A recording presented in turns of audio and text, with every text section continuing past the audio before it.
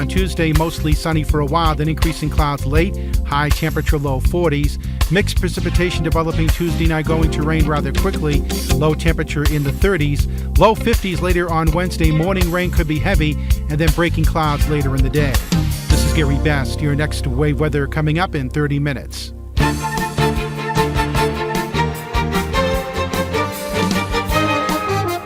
Catch the wave, WHAV, open mic.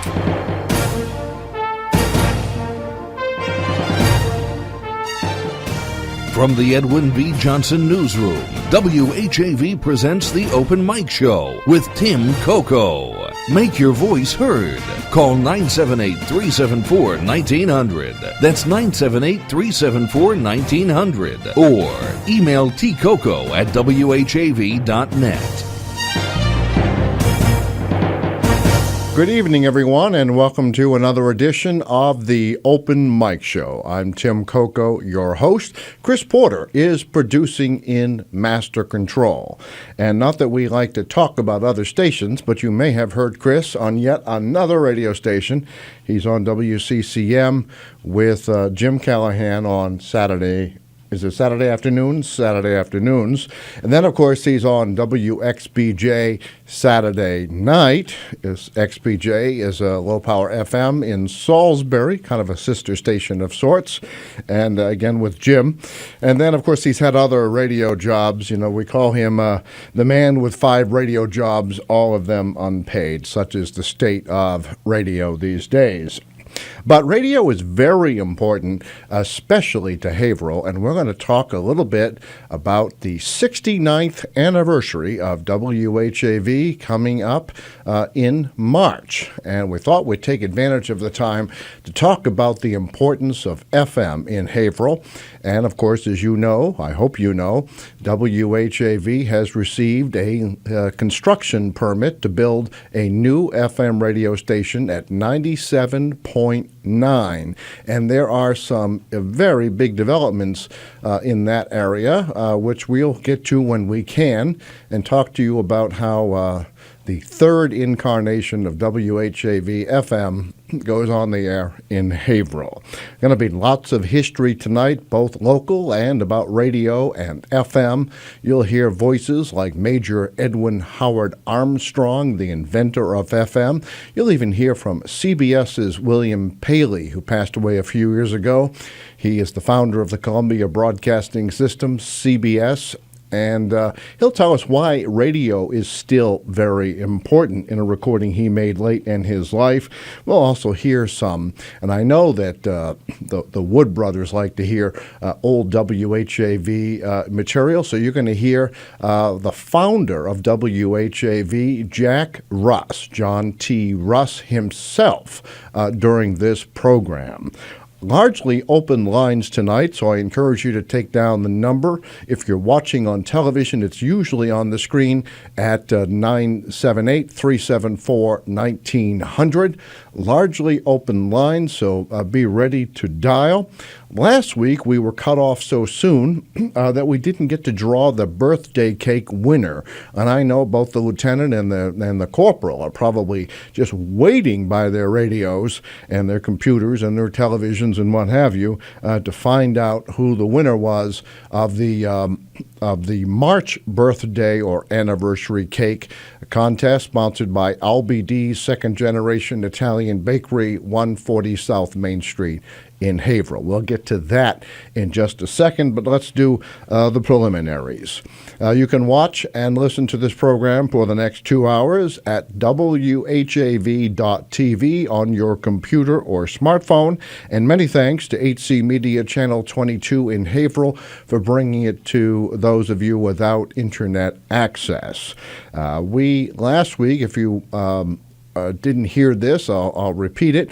We've reduced the quality of the video stream for our internet viewers so that we can try to reduce the stuttering and skipping because of the reduced bandwidth at HC Media.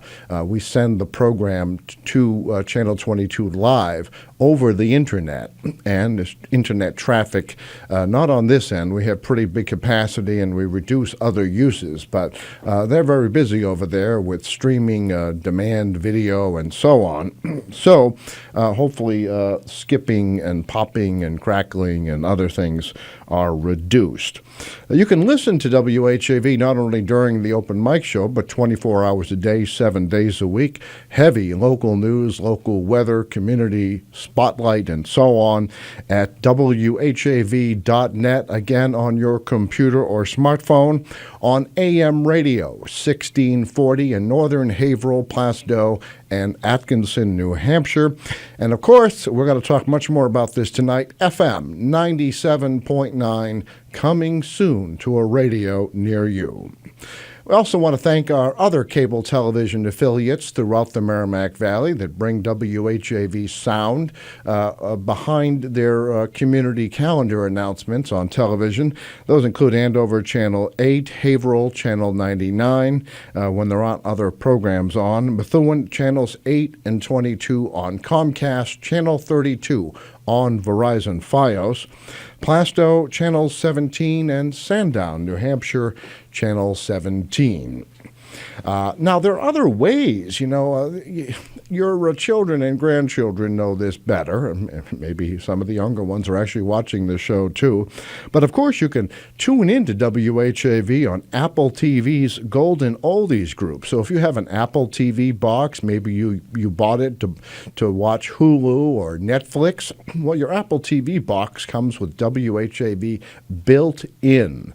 WHAV's been a pioneer in internet radio, so it is included in most platforms.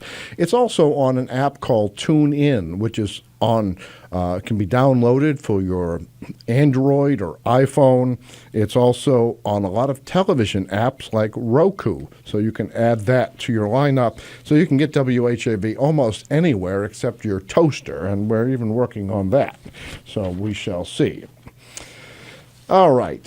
Again, if you're just joining us, we're going to talk a little bit about the history of WHAV, the growth of FM, and radio-related topics, because later this year, with a little bit of luck and a little bit of money, your help is appreciated, WHAV is going to go on FM once again at 97.9. And WHAV turns 69 on March 16th, so we'd like to talk more about that. All right, first order of business, because I know that the corporal and the lieutenant are really standing by their radios. So let's do the drawing for the March birthdays and anniversaries, and then after this, we'll start accepting April anniversaries and birthdays. So let's pull this one. All right, I don't know why this one seems a little thick. Is it just folded too many times? No, I guess not. Well, I think this is our public safety officer, David. Dave, on Washington Street, has won the March birthday contest from LBD's second-generation Italian Bakery, 140 South Main Street in Bradford.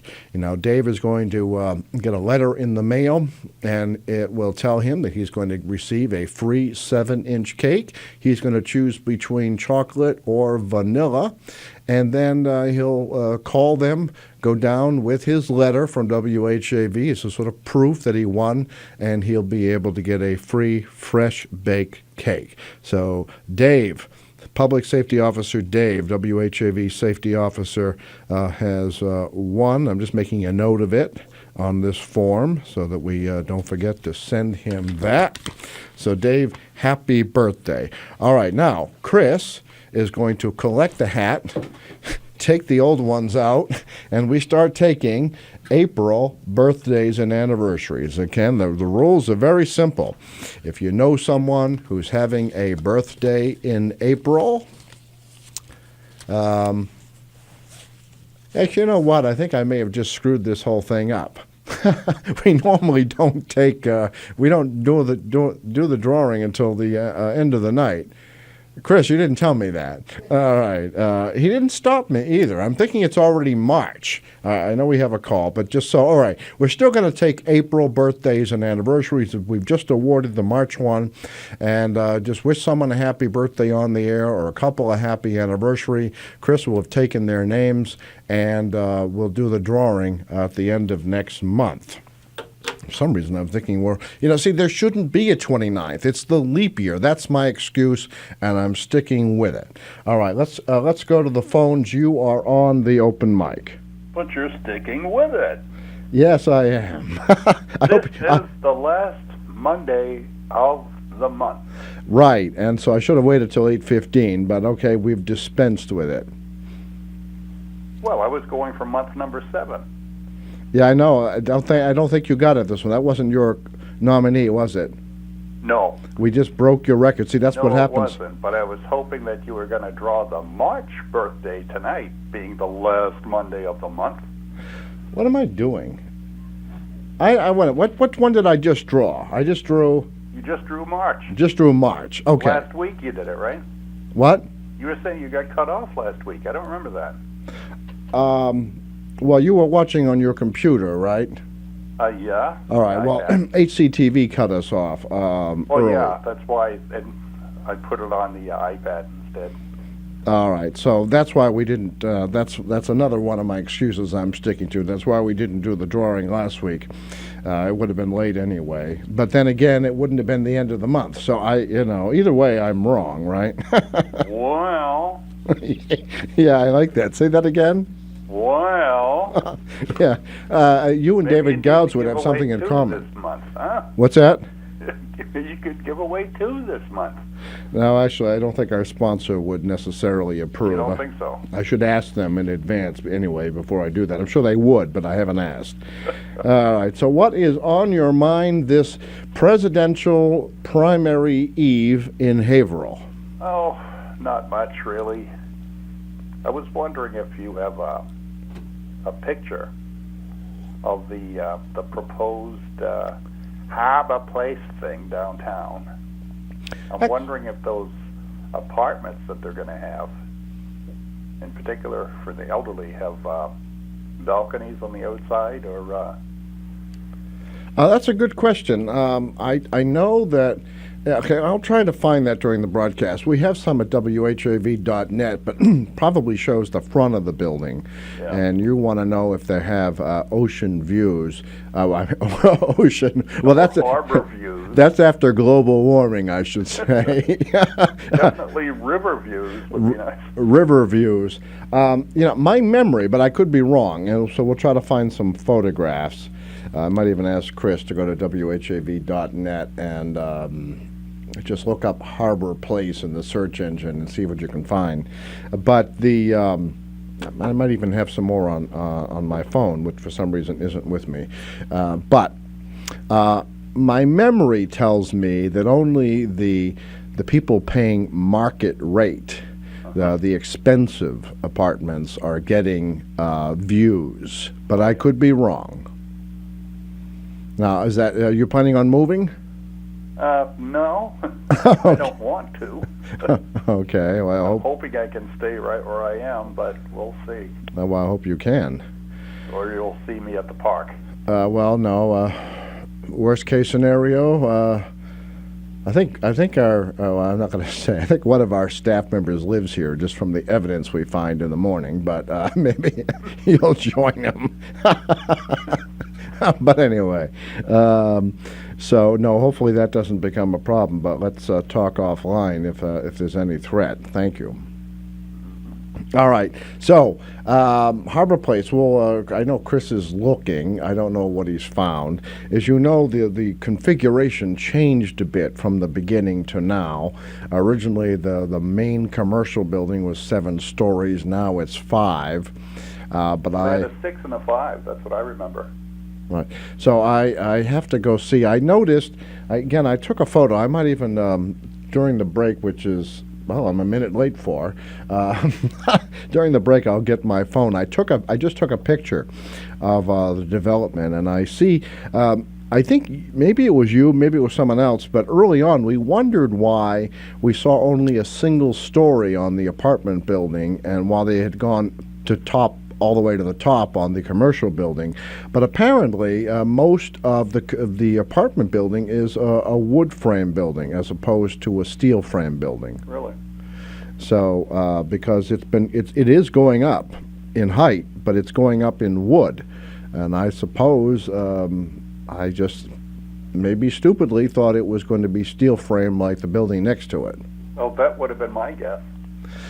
Because the steel frame went all the way to the top. They had a topping off ceremony a few months ago with Representative Brian Dempsey and others from the Greater Haverhill Foundation and so on, and city councilors and mayor were there. But apparently the apartments, only the first floor is steel. Someday we'll have them on and ask them about that. I mean, I suppose we've used wood buildings since 1640 here in Haverhill, so shouldn't be a problem. Well, I remain disappointed. The other end of the stretch, we've got a 12-story building, and this end we got these other things.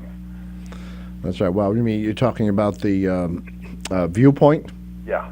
Yeah. That's that 12? I've forgotten. Okay, 12-story building? That's a 12-story, right. Well, there's been some talk that there will be another, I guess in technical terms, it's called a mid-rise. Another mid-rise had been talked about on Merrimack Street, and we haven't seen any more progress there. So perhaps we can get an update from the proposed developer.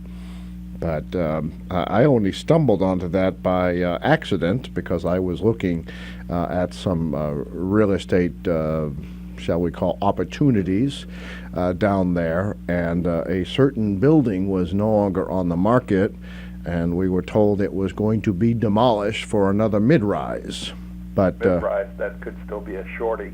That's what they call the garden-style condos here, where I live. Oh, they call them mid-rises? They call them mid-rise. They're what, 3 stories?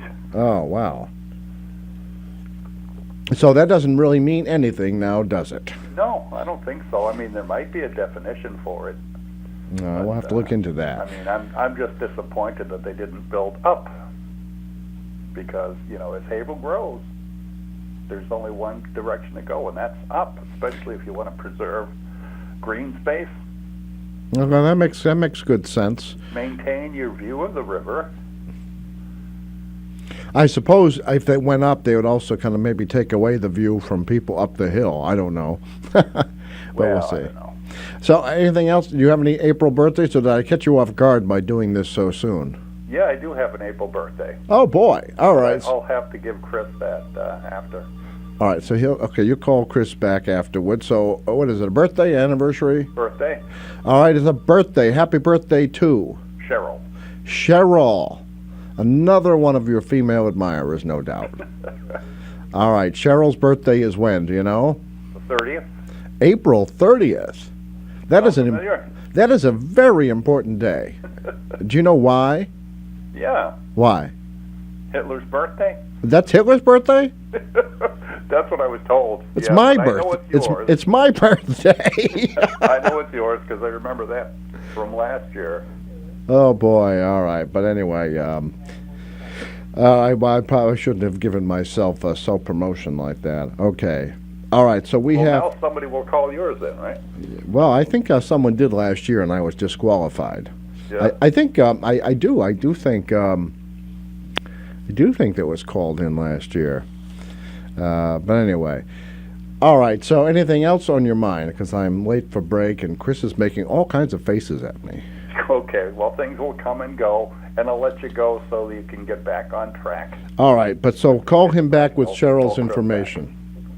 All right. So we're going to take a... Thank you, Brian. All right. We're going to take a break now for... Mass Moments, this day in Massachusetts history, and there's a problem. The people who produce Mass Moments at Massachusetts Humanities didn't plan on a 29th. So we're going to hear yesterday's day in history, and we'll be back with more of the Open Mic Show and your calls in just a minute. Open Mic! Tim Coco and the Open Mic will be right back. Get in on the action. Call 978-374-1900 or email tcoco@whav.net. If you are enjoying this program, please consider making a donation right now. Your donations to not-for-profit WHAV help keep these vital community services on the air. Donate online at www.whav.net. This spot could have been yours. Support WHAV's local approach with your underwriting. Go to WHAV.net and click on advertising to reach thousands of new customers.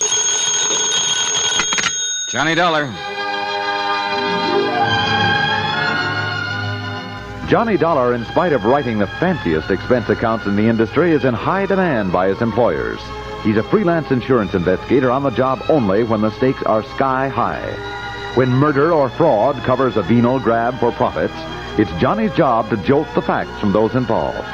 Detective work in all corners of the world is a specialty for yours truly, Johnny Dollar, one of your great Sunday listening treats on CBS Radio. Yours truly, Johnny Dollar, airs at 10 p.m. Sunday night with an encore performance at 1 a.m.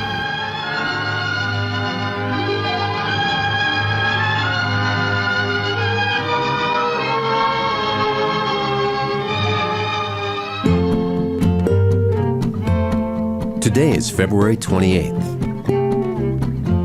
On this day in 1876, a ransom note was sent to the Northampton National Bank.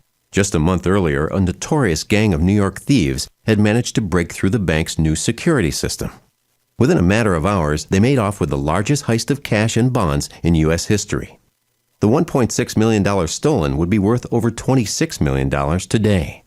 The crime was carefully planned and brilliantly executed, but the thieves were less successful in getting the bank to ransom the bonds. They negotiated for nearly a year before Pinkerton detectives finally tracked them down. The ringleaders were arrested, tried, and convicted. The cash was never recovered. For more about the Northampton bank robbery, go online to massmoments.org. This Massachusetts Moment has been brought to you by the Massachusetts Foundation for the Humanities.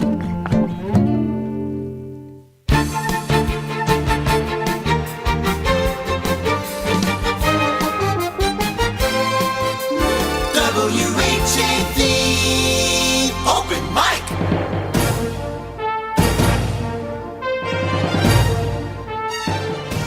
From the Edwin V. Johnson Newsroom, WHAV presents the Open Mic Show with Tim Coco. Make your voice heard. Call 978-374-1900. That's 978-374-1900. Or email tcoco@whav.net. And we're back with the Open Mic Show, a 50-year staple of democracy in the Merrimack Valley. Brian has kicked off the April birthdays. I started a couple hours early on that, but that's okay. We're now taking April birthdays and anniversaries here on the program. Just want to remind you we have another contest, too, to get a $10 gift certificate to Kimball Tavern Antiques, same as cash. You can use it if you win this trivia contest and you buy an item $10 or less. It's absolutely free. We thank Kimball Tavern Antiques, again, corner of Salem and South Main Streets, for sponsoring this contest. So here's the question. Be the first to answer this correctly and you can win the $10 gift certificate. A famous musician watched The Devil and Daniel Webster and was inspired to write a song. What is the name of the song? 1, and the name of the group, 2.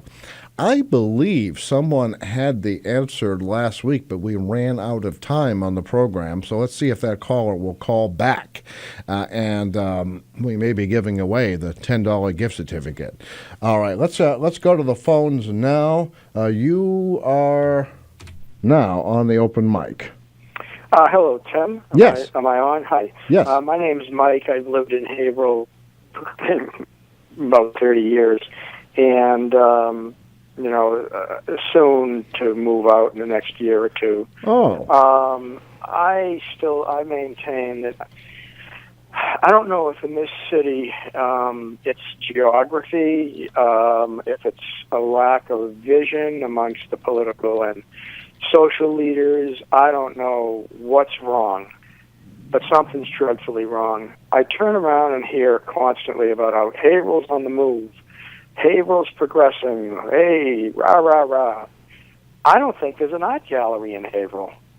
I don't think it's a classy bookstore in Haverhill. What do we have? One bakery, and that's. I would agree with you about the bookstore. I'm not sure you're entirely correct about art galleries, although they may not do be. We have one. We may. Well, I have to be honest with you. I'm going to have to check to see if the Artmosphere has paintings all the time or art all the time or not. Yeah. But there is a once a month gallery at 90 Washington Street. But I think I see your point. Let me add, classy towns. We have one bakery that is across the river, not in Haverhill proper. And then there's Emily's. Well, Emily's is not, well, go into Emily's someday. You'll see what I mean. I have, actually. They used to sponsor arcade contests, but again, I think I know where you're headed. But you know where I'm headed. Emily's has kind of changed their mode to be more of a wholesaler. So because they can't sell a damn thing in Haverhill. Who you can't live on on serving coffee to people who have only $1 to spend. That's the problem. That's why they had to do what they do, not by choice. They couldn't make a living any other way. Well, let me ask you this. I heard you say. What happened. I heard you say at the beginning of this, or at least hint that you might not be here much longer. Can you tell me if that's related? Say that again? I'm sorry. You suggested at the beginning of the call that you've been here for so long, but you might not be here much longer. Is that, I'm going to be moving out in the next year or two. I find that there's not enough to do. Interesting things. Festivals here can't hold a candle to the festivals you see in places like Newburyport, Gloucester, Portsmouth. They just can't. And we have this beautiful river. By now, there should have been thousands pouring into this city. But the thing that's most distressing to me is the monstrosity that is being built downtown. When I heard this was happening a year or so ago, when I was just, I said, here we go again.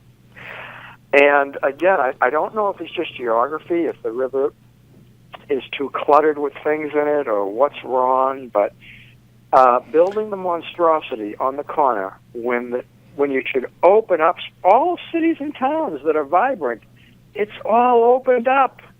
They don't build these big buildings and block off views, and Haverhill's doing it again. And what's going into that area is going to do nothing to bring the economy up in Haverhill.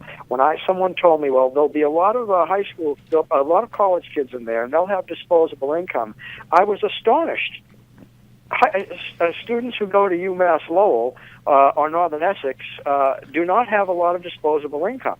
If this was Smith College or Yale, sure.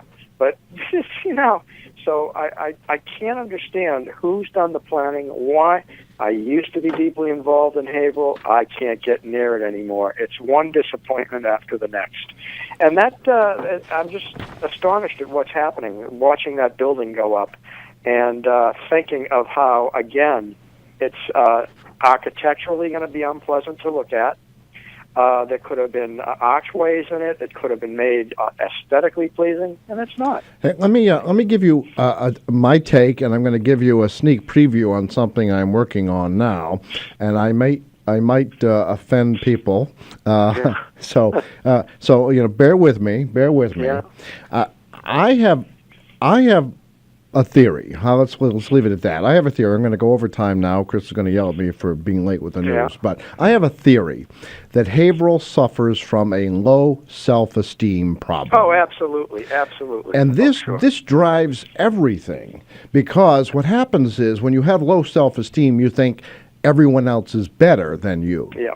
True. And as a result, they are. Yeah. So some of that has to do with educational attainment. In the city of Haverhill, I would maintain, I have no proof of this, but would you say that less than 10% of the adult population has a 4-year college degree? Actually, those statistics are available, and I don't have them handy. I would be interested to find out. And when low educational attainment is there, then self-esteem will be low. All right. Now, we have a photo. I don't know. Chris, have you found that photo? It's not in the audio folder. It's in TV graphics. All right. We do have a fresh photo of Harbor Place. All right. Here's the thing. For some people, it was important that we take what they describe as a 40-year-old eyesore on White's Corner. And they said, no matter what or how, we're going to put something there so that we can be successful at anything. And that is, their goal was to replace Woolworth. Now, I will tell you, I know nothing about you, but I will tell you that you, too, could have built Harbor Place if Brian Dempsey gave you $20 million. Oh, brother, you said it. All right, so I mean, but I will say that, okay, hey, someone has seized the initiative, and so I'm going to give them points. But I also will say that the self-esteem problem means that back in the 60s, when outsiders said, hey, there's federal money to take down everything you've ever known about Haverhill, and everyone shows their hands, because if an outsider says you need millions of dollars to rip your city down, they would raise their hands. And I have a funny feeling, and I'm exaggerating only a little bit, that if the federal government wanted to do nuclear testing in Haverhill and there was grant money for it, they would do it. Yeah. I'll maintain before I leave you, the city has missed the boat again, and it's going to... I thought by now, I've been here 30 years, I said, when I came here, I said, this place has nowhere to go but up. But it's been static. It's been a line that just goes straight. It doesn't I'm going to urge you not to give up, because there are some of us. Everybody says that, but sadly I have. I'll tell you what, get to a point where I don't want to. There's at least 4, maybe 5 names in city government on school committee and council that have been there for 30 or 40 years. So you're not going to get too far. What should have been placed there by now should have been something along the lines of a firehouse center. Even if it was a small performing arts, didn't have to be big, with some sort of, even a chain restaurant, Applebee's, Not Your Average Joe's, even one of those, maybe a classy restaurant, but a performing arts center.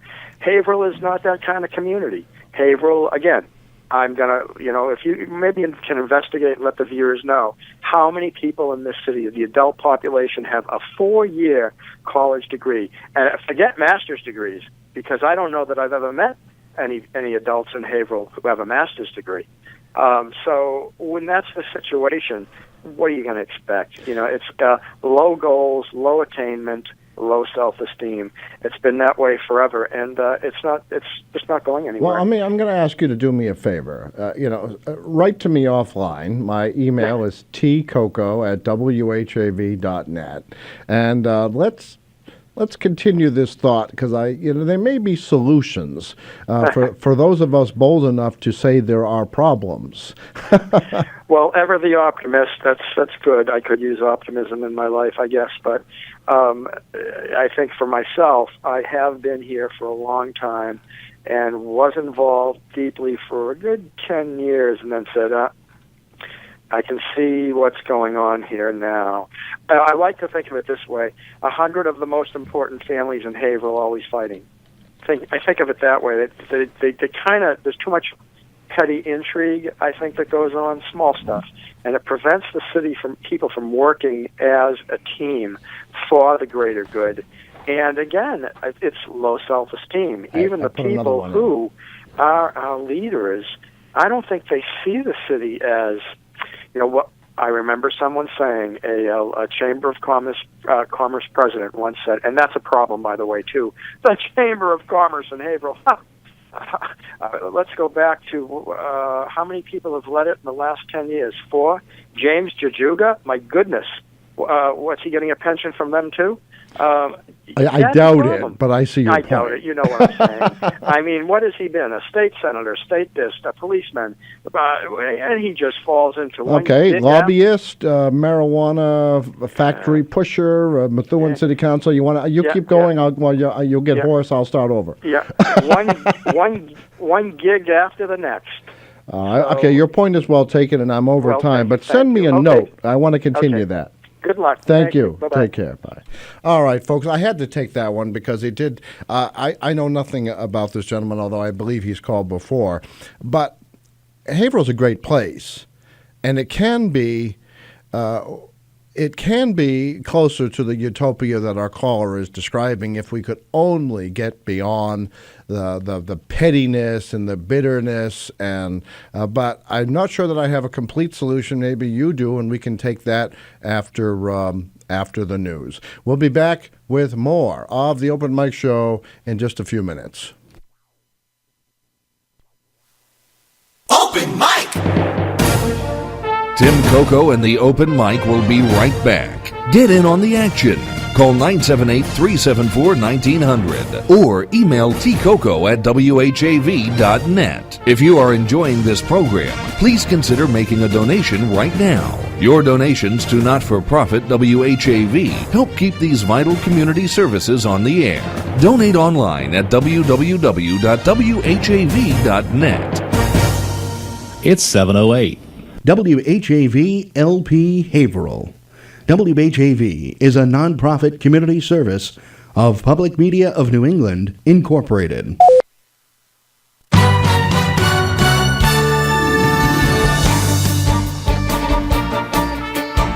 Here's what's happening in local news. The latest community meeting in the Mount Washington neighborhood, aimed to provide an update on the Working Cities Partnership in Haverhill, takes place Tuesday night. Organizers will discuss, among other topics, safety and lighting, neighborhood walks, plans to hold a neighborhood cleanup in April, and possibly a so-called Culture Fest in June. The meeting will be held from 6:30 to 8:30 p.m. Tuesday, March 1st at Rehoboth Lighthouse Gospel Church, 409 Washington Street, according to an online post and an e-bulletin by Community Action Incorporated, Haverhill. Last month, as WHAV reported, a kickoff meeting was held for several months of, quote, asset mapping conversations in Mount Washington, leading to a larger effort to improve, quote, the lives of low-income people. Quote, we'll listen to your thoughts, give you latest updates, and plan upcoming events, a spokesperson wrote. Other topics of discussion for the neighborhood include an update on a Working Cities grant, sidewalks, trees, and community gardens. Attendees are asked to register at urban.kindness2@gmail.com or reply on Facebook. Haverhill's Working Cities Partnership is a coalition of grassroots, nonprofit, and government entities. Besides the City of Haverhill, lead partners are Community Action and the Greater Haverhill Chamber of Commerce. Core partners include Haverhill Public Schools, Northern Essex Community College, Rehoboth Lighthouse Full Gospel Church, Team Haverhill, Emmaus, Urban Kindness, Merrimack Valley Workforce Investment Board, Jafarian Volvo and Toyota, Fantini Bakery, community groups, and neighborhood residents. There is more at WHAV.net.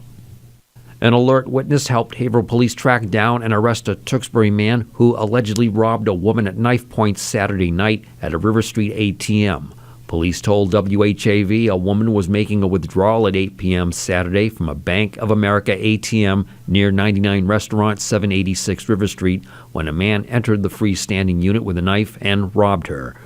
Quote, a witness was able to obtain a good view of a license plate number, and police were able to trace it back to a party in Tewksbury, said Captain Robert P. Pistone, police spokesman.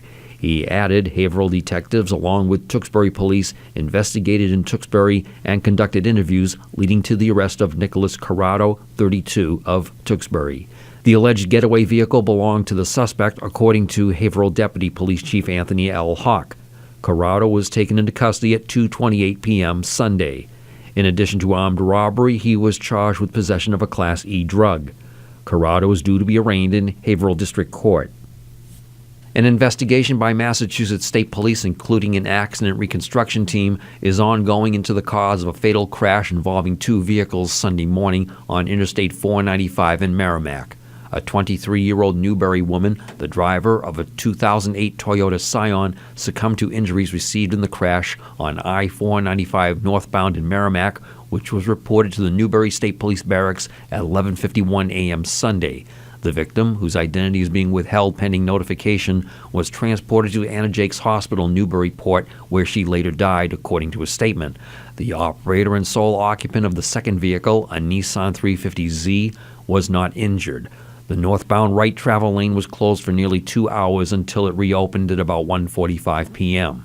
Quote, preliminary investigation by Trooper Scott Campbell indicates that the female operator of a 2008 Toyota Scion was traveling north on Route 495 in the left travel lane when, for reasons still under investigation, lost control of the vehicle and veered left into the median. The operator attempted to re-enter the left travel lane but swerved across all 3 lanes, hitting a vehicle traveling north in the right lane. The Toyota exited the roadway and struck a tree, a state police spokesperson said. State police were also assisted on scene by members of the Merrimack Police, Fire and EMS, and Massachusetts Department of Transportation. The State Police Collision Analysis and Reconstruction Section is also assisting in the investigation. A Haverhill motorist faces multiple motor vehicle charges from Haverhill Police, including unlicensed driving, after her arrest Sunday night. Paula Rodriguez, 22, of 9 Pond Street, Haverhill, was arrested at 10:37 p.m. Sunday on 7th Avenue. She was charged with driving without a license, operating an unregistered and uninsured motor vehicle, and a number plate violation. She was also taken into custody on unspecified outstanding warrants. Remember, WHAV is the only Haverhill-based news source, and it's always free. In the Edwin V. Johnson newsroom, this is Dana Esmill. From Feature Story News in Washington, I'm Rebecca Foster. A UN aid convoy has reportedly reached a besieged town in Syria during a temporary ceasefire in the country. The UN says it hopes to reach over 150,000 people in dire need of food and medicine by the week's end. Meanwhile, Russia is raising concerns about Turkish military movements along the border with Syria as the fragile ceasefire remains. Moscow is warning that any armed intervention by Turkey would be an irreparable blow to the cessation of hostilities in Syria. FSN's Jack Perak reports from Moscow. At a press briefing in Moscow, the Russian Deputy Foreign Minister Sergei Ryabkov said, "Unfortunately, our Turkish colleagues still have not abandoned the idea of cross-border strikes." Russia has asked the US, with whom the Syrian ceasefire was agreed, to investigate such cross-border attacks into Syria over the weekend.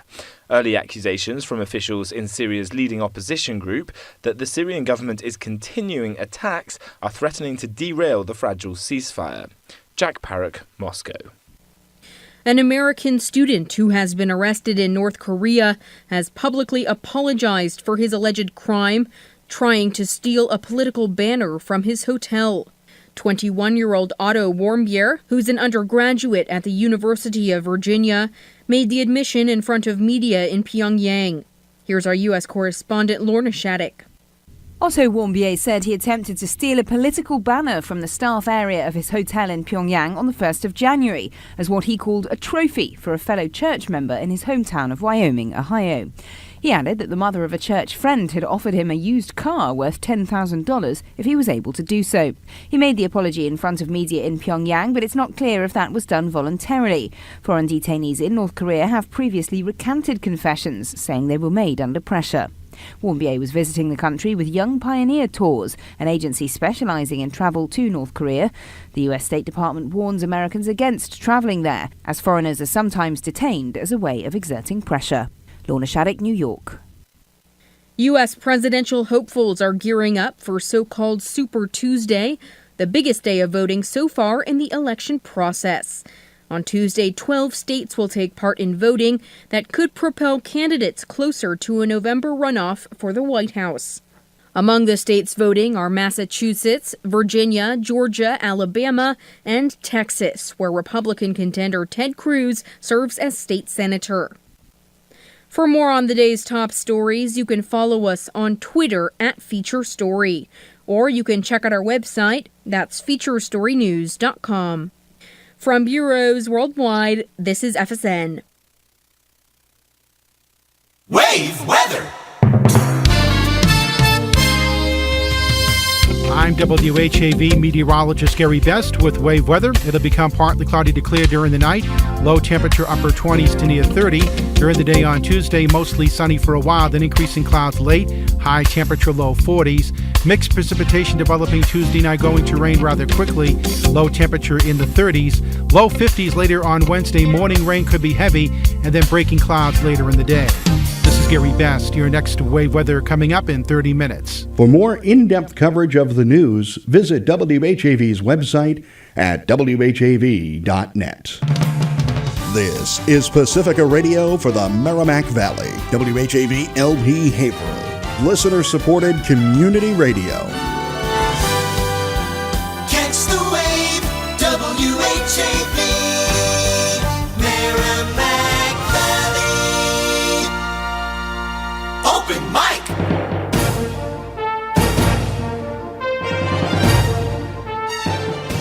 From the Edwin V. Johnson Newsroom, WHAV presents the Open Mic Show with Tim Coco. Make your voice heard. Call 978-374-1900. That's 978-374-1900. Or email tcoco at whav.net.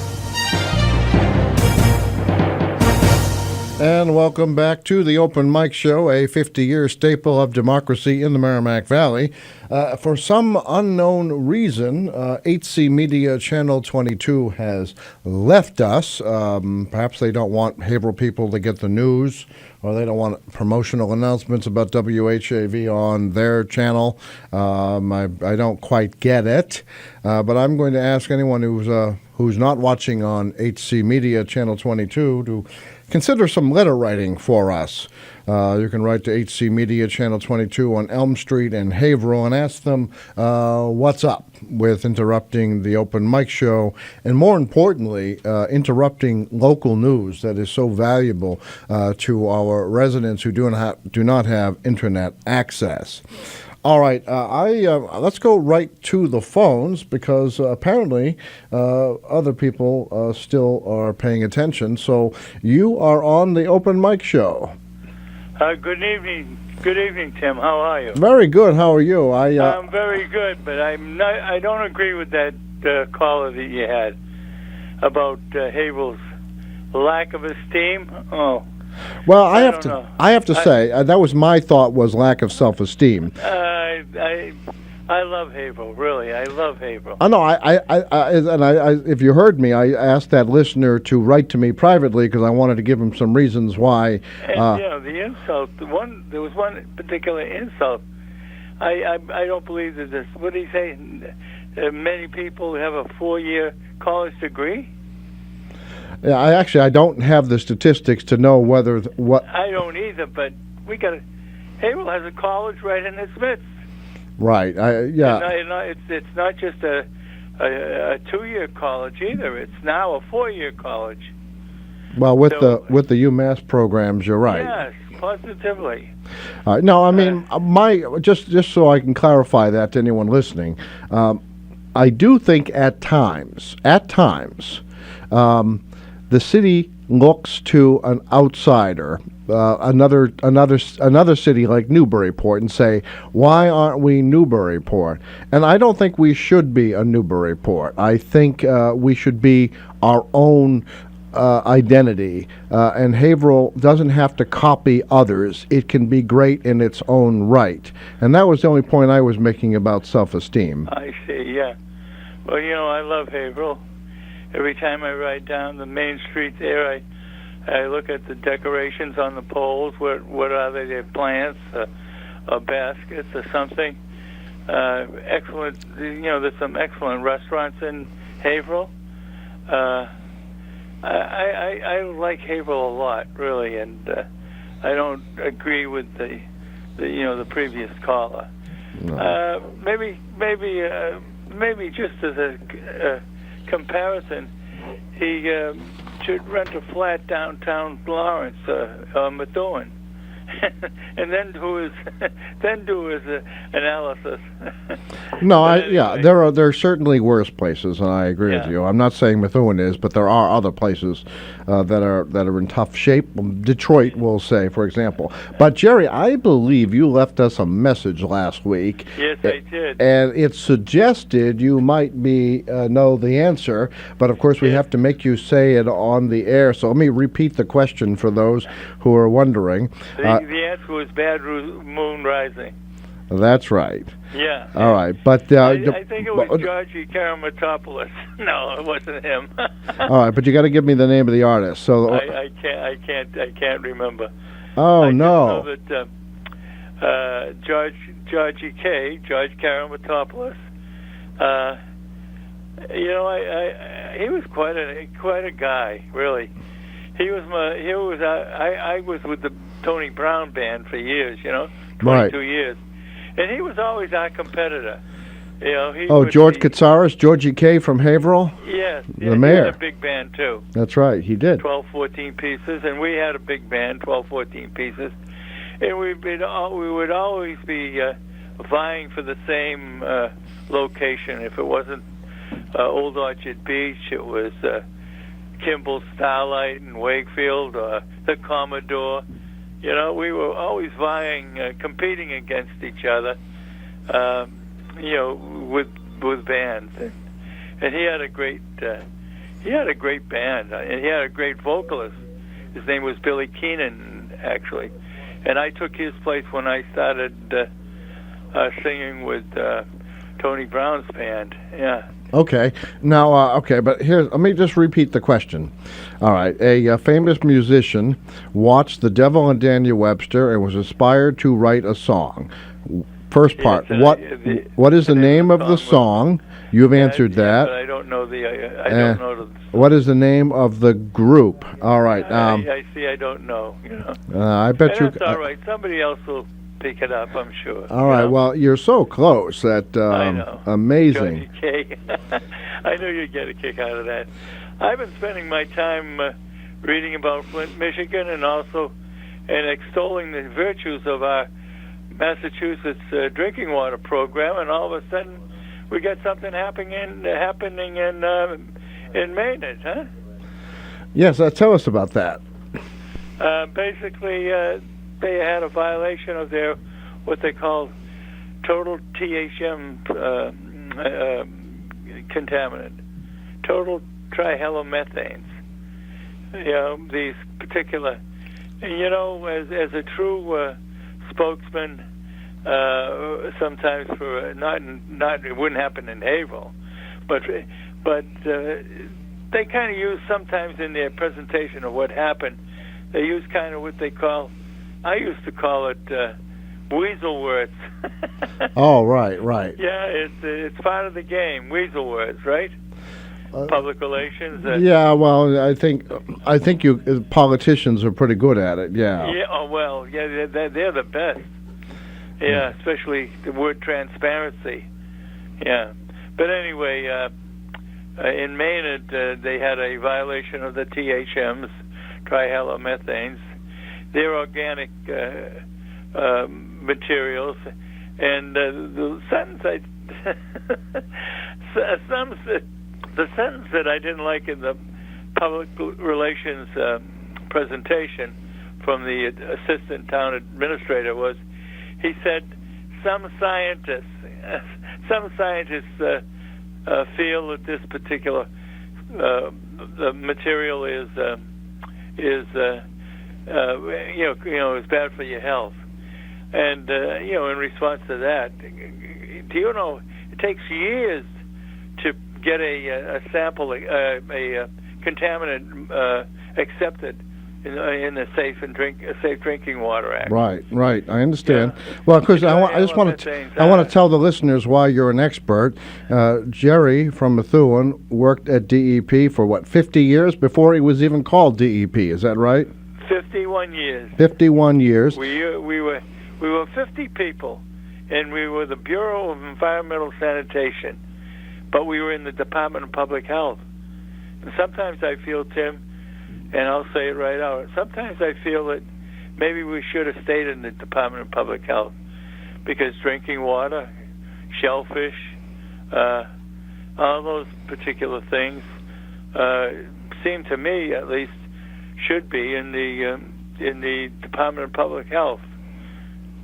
But I see what you're saying. It makes sense. The politicians chose to put them all in a new, and we started out as the Bureau of Environmental San, and then we went to DEQE, Department of Environmental Quality Engineering. I think California still calls theirs that, don't they? Yeah, and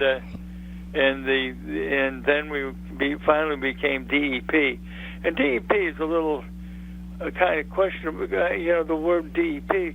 A lot of people might think it was the EPA, which is Environmental Protection Agency. So yeah, maybe the state lacked self-esteem when it picked its name. It had to copy someone else's. You would give your right arm to have listened to I'll call it an interview, a conversation which lasted an hour and 15 minutes. The other night, a couple of days ago, I called EPA. One of the principals in EPA in the Chicago office of what's called Region 5. His name was Del Toro, and he's the chief chemist. And we talked about Flint and the problems with Flint, and the lead and copper in the drinking water. And we talked for an hour and 15 minutes. Isn't that amazing? Yes. Well, I have to say that Flint, Michigan needed people like you to protect them, and unfortunately their public officials failed them. Yes, sometimes this particular spokesperson for Maine, and there were other sentences in there that I would really dispute. They violated the trihalometane. That's a serious situation. They violated the total trihalometane.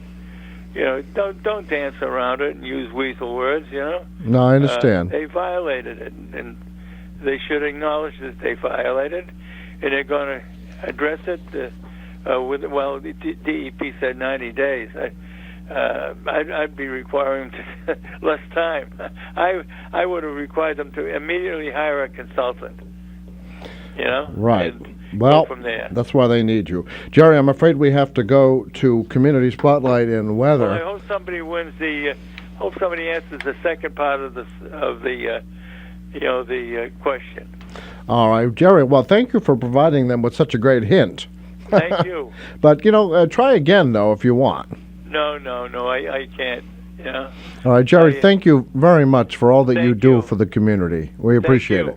Thank you. Bye-bye. Take care. All right, that was Jerry. We've dubbed him our environmental consultant. Chris, you might want to cut that phone off.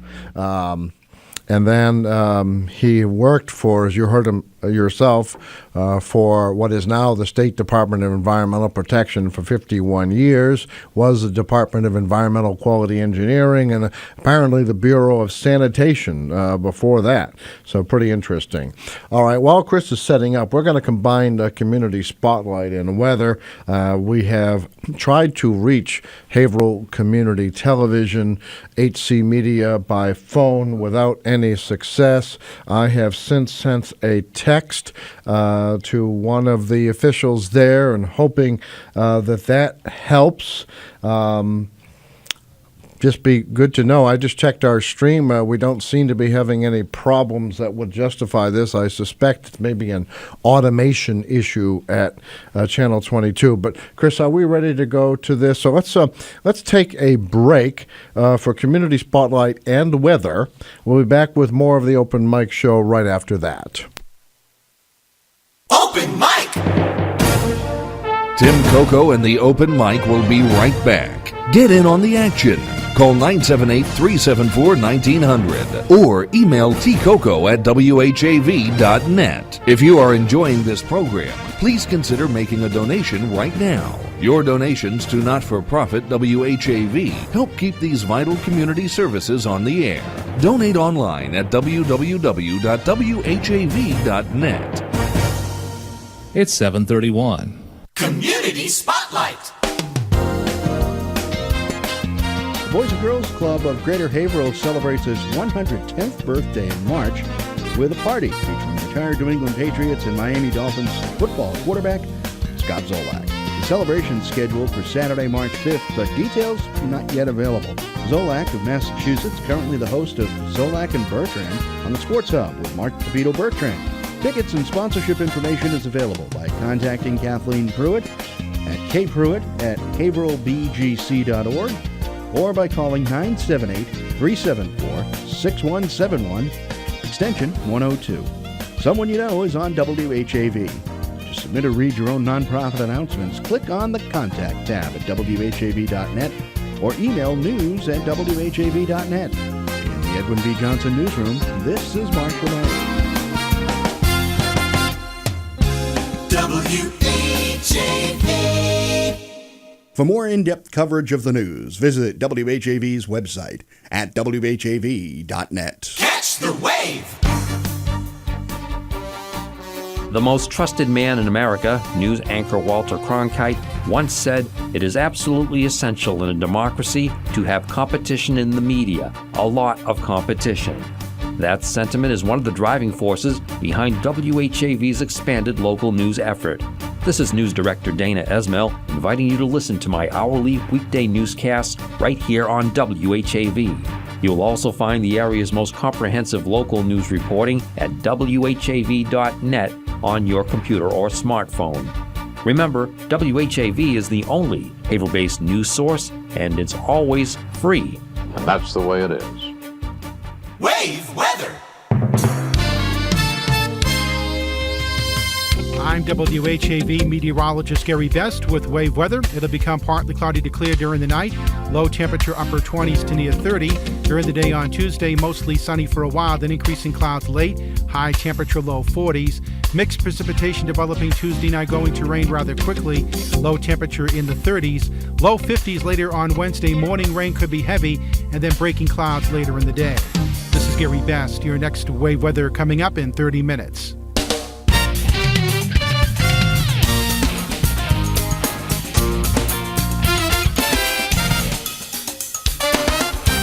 WHAV Open Mic.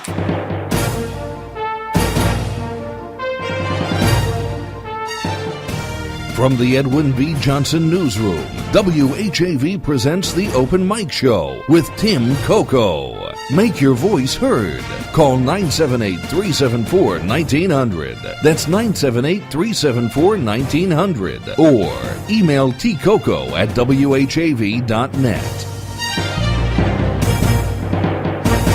And welcome back to the Open Mic Show. This hour of Open Mic being brought to you by the Merrimack Valley Economic Development Council. Smart companies choose the Merrimack Valley. You can learn all kinds of interesting facts about the valley at merrimackvalley.info. merrimackvalley.info. All right. For some reason that we cannot understand, HC Media has taken the program off their feed. So I've texted one of their key people. We've tried to no response. Chris has tried calling their studios, no answer. Trying not to be paranoid about it, but I may very well start entertaining calls about why we need a new public access television provider in Haverhill. All right, but before we do that, let me tell you that we're taking April birthdays and anniversaries now. If you know someone who's having a birthday in April or a couple having an anniversary in April, all you need to do, it's very simple. If you're afraid of this, very simple. You call the station, 978-374-1900. Chris will take the name of your intended recipient, brother, sister, mother, father, friend, coworker, neighbor, and write it down. And then we put that name into the hat, and we draw that the last Monday of, in this case, March.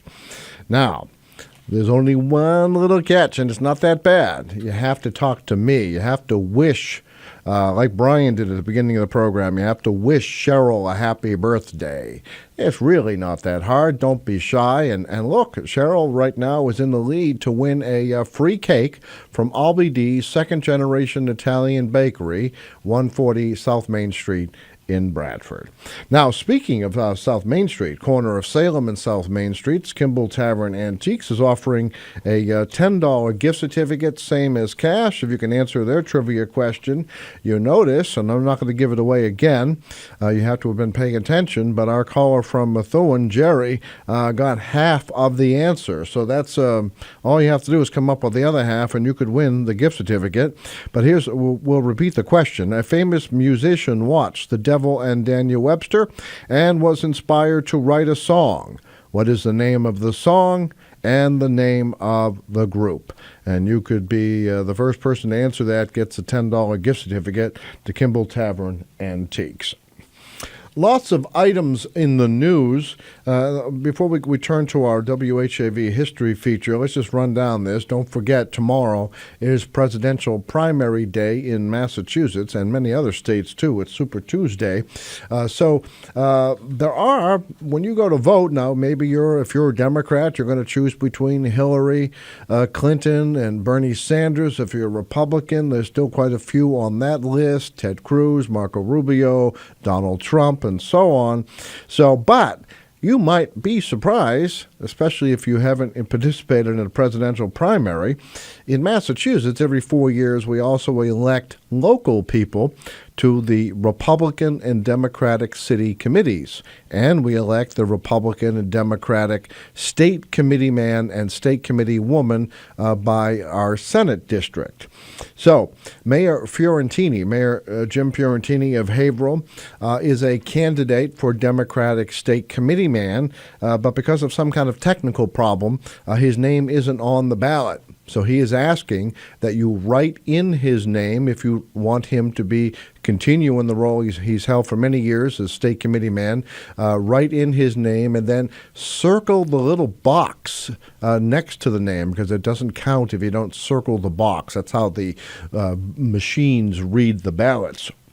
Now, on the Republican side, very interesting, Governor Charlie Baker is kind of picking and choosing who he wants, and he has endorsed, as far as I know, though, this person is not contested, he has endorsed Sean Toohey to be Republican state committee man. I don't know that Sean is opposed, but I have not seen a Republican ballot that might hint at my politics, but maybe you are aware of them anyway.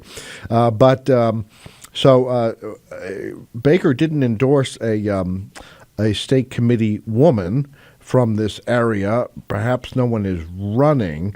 In Andover, nearby, Baker endorsed Susan LaPlante for state committee woman and State Rep James Lyons as state committee man. That's a different Senate district. So perhaps you have a thought on that. 978-374-1900. During our next break, I'm going to try yet another extreme measure to get HC Media's attention, and maybe we can get our program back on video. You know, the problem is those of you who are listening right now and viewing at WHAV.tv, you're probably surprised who watches analog television anyway. But some people come in from work, they're tired, they just flip on the remote, and they say, oh, they're on. If they don't see us, they assume that for whatever reason we didn't do a show tonight, so they don't even bother to go to the website to watch or listen to the stream. So perhaps one of you who's listening or viewing by internet wants to chime in on some of this. We used to call it the ABC School, Albert B. Constantino School. I went there when it first opened. Yes, I'm very old. I went there when it first opened. You may be aware that the library at the school was destroyed. I mean, literally destroyed by a water problem during the cold snap a couple weeks ago. The kids were on school vacation. Then there was a President's Day holiday. When the principal came in on Monday or Tuesday that week, discovered that the even though they had raised the heat and tried to compensate for the cold, the systems failed, and the older systems don't provide any kind of warning. I guess newer ones do. I'm not overly familiar with it. And by the time they got the water shut off and the controls, the library was destroyed. But on top of that, buildings can be repaired, but on top of that, they lost just about all of their children's books. So there is a request out there by the Haverhill Education Association. You know them as the Teachers Union. And they are asking their members and Haverhill residents, well, I'm sure they'll take them from another town too, to collect books that are suitable for children in the grades 1 through 8. That's the entire population of Constantino is grades 1 through 8. And they're asking, when I went there, it was just a middle school, but it's 1 through 8, and they would like books for the younger grades, 1 through 5, and then 6 through 8 as a secondary choice. If you want to donate books, call Constantino School. Here's the number, and I'll repeat it a couple times if you're getting a pencil or a pen, or maybe you're going to type it right onto your computer or smartphone.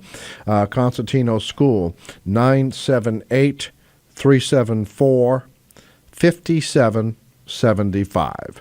Constantino School, again, 978-374-5775. If you have some children's books, you can donate. If you want to donate money and to buy those books, there's also a campaign. The address is way too long for me to tell you, but go to GoFundMe, one word, GoFundMe.com, and look up Constantino, and you can find that. All right. I'm probably going to wait till the next break. Maybe we'll give you a little sneak preview, though. All right, we're going to WHAV turns 69, just short of its 70th birthday in March, on March 16th. And, we'll do this before the break. Chris is going to put up an image of the founder of WHAV, John Taylor Russ, Jack Russ, and we're going to hear what Jack Russ said on the opening of WHAV March 16th, 1947. So, Chris, let me know when you're ready with the image and the video. All right, we're going to go to Jack Russ in our time machine to March 16th, 1947. We here at WHAV feel it really is a great day. And we feel that the man who can best express our feelings in this respect is the man who made it all possible, Mr. John T. Russ, our boss.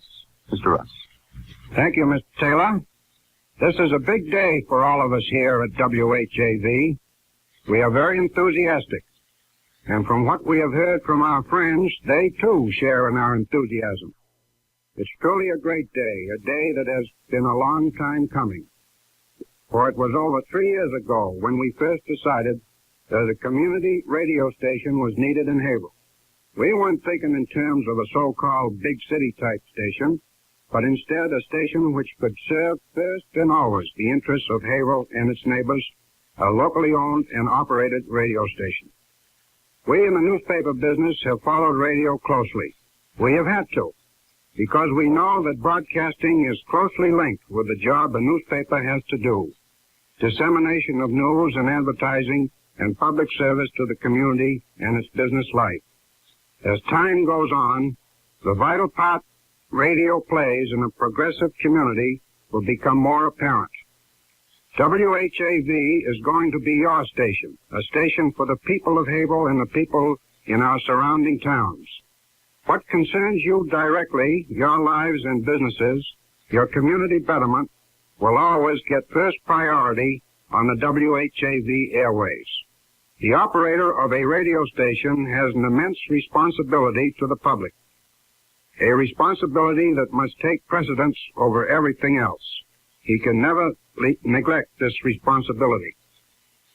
It has been heartening to me in great measure that the people of our city and vicinity have had such nice words for WHAV even before going on the air. They extended us a great welcome. We hope those nice words will continue to be said. We know that everything we can possibly do will be done to merit the trust placed in us. At this time, I would like to express my thanks to the personnel of Station WHAV, all of them.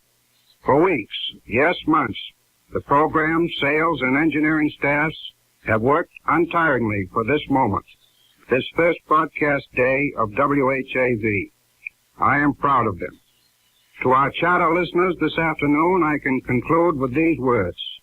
We appreciate your best wishes for our success. Everything will be done to live up to what you expect from us, not for the next few months, but for all the years that WHAV hopes to be a part of our community. Thank you. Thank you, Mr. Russ. Tim Coco and the Open Mic will be right back. Get in on the action. Call 978-374-1900 or email tcoco@whav.net. If you are enjoying this program, please consider making a donation right now. Your donations to not-for-profit WHAV help keep these vital community services on the air. Donate online at www.whav.net. This is listener-supported community radio, WHAV. WHAV is the Merrimack Valley's Pacifica affiliate. Catch the wave! Those political sound bites you hear on the news are, at best, incomplete and could be misleading or even outright lies. This is David Pakman. Take time to delve into the truth by listening to The David Pakman Show, Tuesday through Friday nights at 8 on WHAV. Lack of logic and reason are exposed on The David Pakman Show as newsmakers collapse under cross-examination. Remember, only local radio can bring you this talk opportunity, but only WHAV does. This is Take Two Movie Review. I'm Mike Friend. This week, Zoo 2. If you go to the movies for a storyline, character development, or any conventional reason, Zoolander 2 might not be for you. If, on the other hand, you appreciate the absurd, the outrageous, and the inappropriate, sort of skillfully woven together to get a laugh, then Ben Stiller's resurrection of the fashion satire Zoolander from 2001 might not disappoint. To the extent this movie has a plot, Stiller's character Derek Zoolander is called out of retirement by the fashion branch of Interpol when pop celebrities start turning up murdered, all sporting Derek's trademark pose from an earlier era. After this contrivance to get him and the Owen Wilson character Hansel back on the fashion scene, it's pretty much set to the side as other subplots take over. The main one of these is Derek seeking to reconnect with his overweight 12-year-old son and taking on last time's villain Mugatu, played totally over the top by Will Ferrell. The film thrives on other performances like this, from Benedict Cumberbatch as a delightfully rude androgynous supermodel named All, Penelope Cruz as the Interpol fashion cop, Sting as Hansel's father, and enough celebrity cameos to finish our allotted time here if listed. The script is decent enough and filled with brilliant malapropisms and double entendre. In one scene, Hansel is attempting to comfort Derek Jr. by describing his historic relationship with the family for several seconds before you realize what he's really talking about. Comedy sequels rarely work. Think Ace Ventura and Anchorman. As a continuing statement on the fashion world, Zoolander 2 seems like it's caught in a feedback loop between art imitating life and life imitating art, and there aren't quite enough laughs or anything else to make you really care. But it is a wild ride. This has been Take Two Movie Review. I'm Mike Friend. Catch up with us at take2moviereview.com and feed us back on our page on YouTube.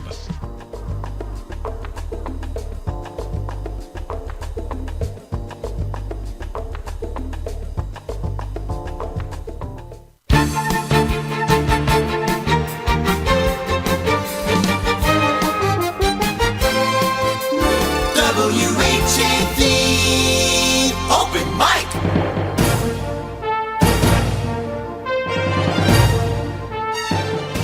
From the Edwin V. Johnson Newsroom, WHAV presents the Open Mic Show with Tim Coco. Make your voice heard. Call 978-374-1900. That's 978-374-1900. Or email tcoco@whav.net. And welcome back to the Open Mic Show. Thank you to Chris Porter in Master Control, screening your calls and doing all kinds of other tasks to bring you video as well as audio. It's a little different from his other radio jobs. Yeah, it is a radio station that just happens to be on TV here. So it's one of those things. But this hour of Open Mic being brought to you by the Merrimack Valley Economic Development Council. Smart companies choose the Merrimack Valley. Okay, we just heard our movie review from our friends at Take Two Movie Review. Those are also heard all weekend long, 3 times each day on Saturday and Sunday, if you want to hear the latest reviews. All right, we're discussing WHAV, and of course, if you have another topic, feel free to call open lines 978-374 1900. WHAV turned 69 years old on March 16th, but back when it was signed on the air in 1947, actually AM was considered kind of a consolation prize. Jack Russ intended to begin WHAV as an FM radio station, but thanks to the politics of the day, David Sarnoff at RCA managed to convince the Federal Communications Commission to move the FM band. So 500,000 radios could no longer receive FM because they moved the band. Incredible. So FM was terribly delayed, and WHAV did manage to put its first FM station on the air the following year in 1948. But it was very difficult because very few people had radios that could receive the new band. The old FM band became channels 2 through 5 or 6 on television. But there was a big effort to explain FM to the public back then. And so we're going to show you now, if you're watching on television or WHAV.TV, obviously not Channel 22, J.R. Poppele, Jacob Poppele. He was an engineer at WOR Radio in New York. And we have an image of him. And I can't monitor to see if Chris is doing that. So J.R. Poppele, but the Haverhill Gazette, which put WHAV on the air, hired Jack Poppele to look at transmitter sites in Haverhill. And they actually wanted Silver Hill, the center of the city almost, the tallest point. But at the time, it was owned by the city, and nobody wanted to get into that argument, although they did later, and they got it. They originally looked at Ayers Hill, which is the tallest site in Haverhill, and it's up, beyond Route 108 and so on. But Jack Poppele explains what FM is on WOR, and Chris is going to play that cut right now. J.R. Poppele. FM operates on very short waves and follows a very pretty much straight line to the horizon. The higher you place the transmitting antenna, the more distance you cover, and with much less power than is needed by a regular broadcast station. The antenna of this station is only 12 feet long, while those of WOR stand 385 feet in the air. And incidentally, Dave, for the benefit of the radio audience who may be listening to this over WOR, I'd like to offer them a booklet that we've prepared entitled Radio's Better Mousetrap, which describes FM from beginning to end. And perhaps better than we can in the short time allotted to us tonight. That's right, Dave. Thank you very much, Mr. Poppele.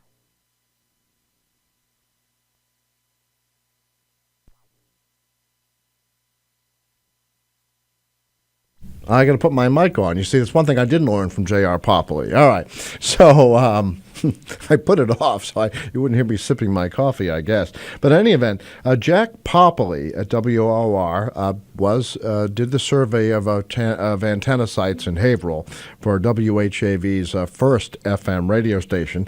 It didn't sign on until 1948, a little more than a year after the AM signed on.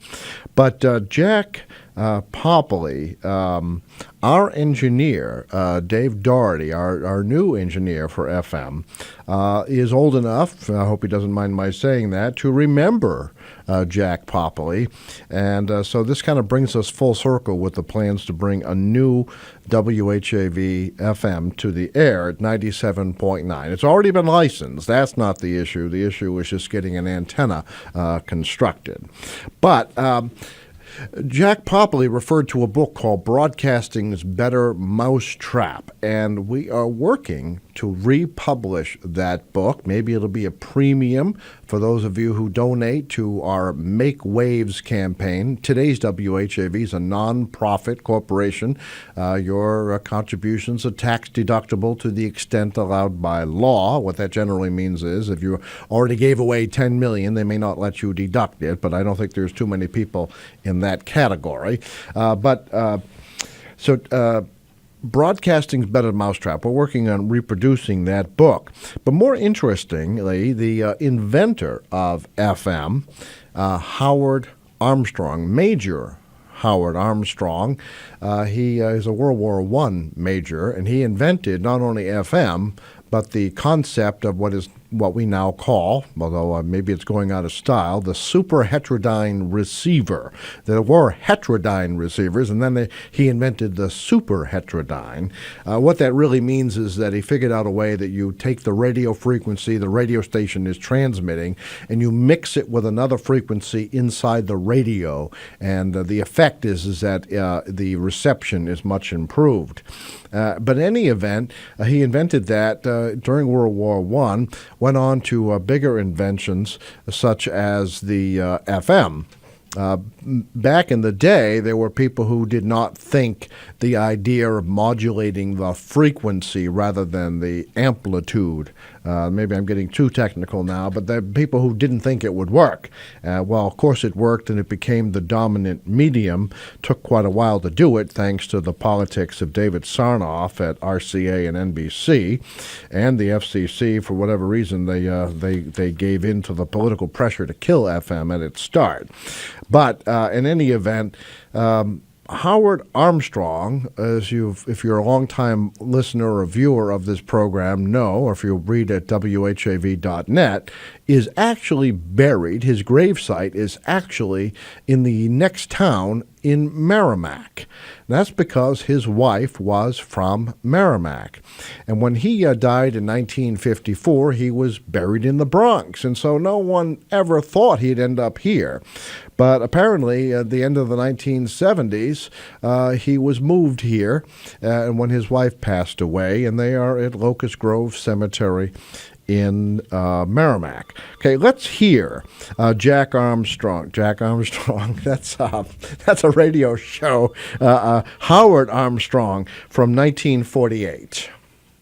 Chris, are you... Get the engineering and to get the program technique and to put into operation what you have here today.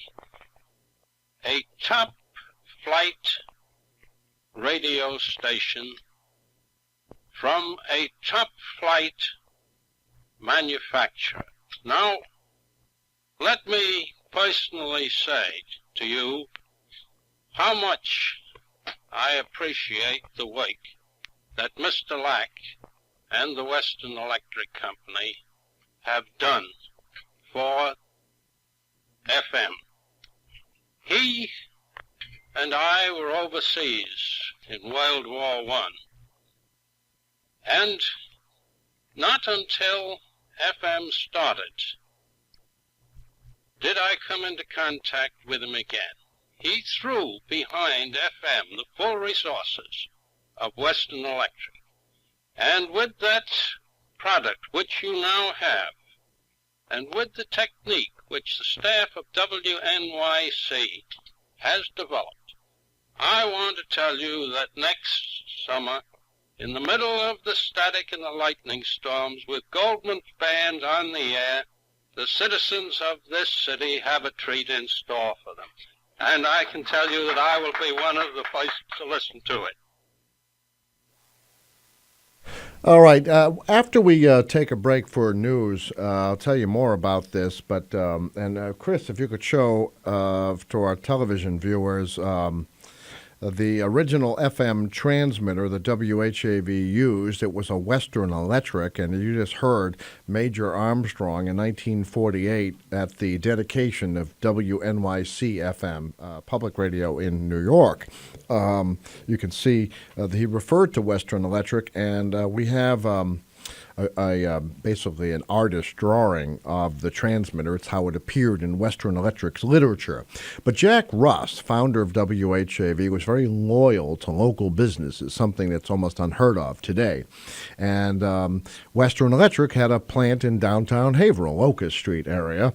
And although they didn't make transmitters in Haverhill, they made other things for the telephone industry, he nevertheless wanted to use them. So Western Electric built the first FM transmitter in Haverhill, and Raytheon, which wasn't too far away but in the area, built WHAV's first AM transmitter. And of course, neither one of those companies operates the way they did, and I think Raytheon would rather build a missile than build an AM transmitter these days, and probably it's a better business opportunity anyway.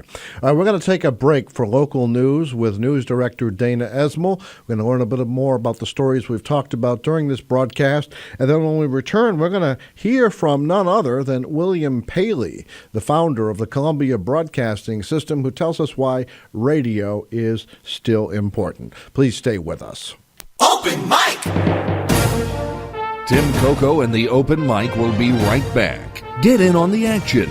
Call 978-374-1900 or email tcoco@whav.net. If you are enjoying this program, please consider making a donation right now. Your donations to not-for-profit WHAV help keep these vital community services on the air.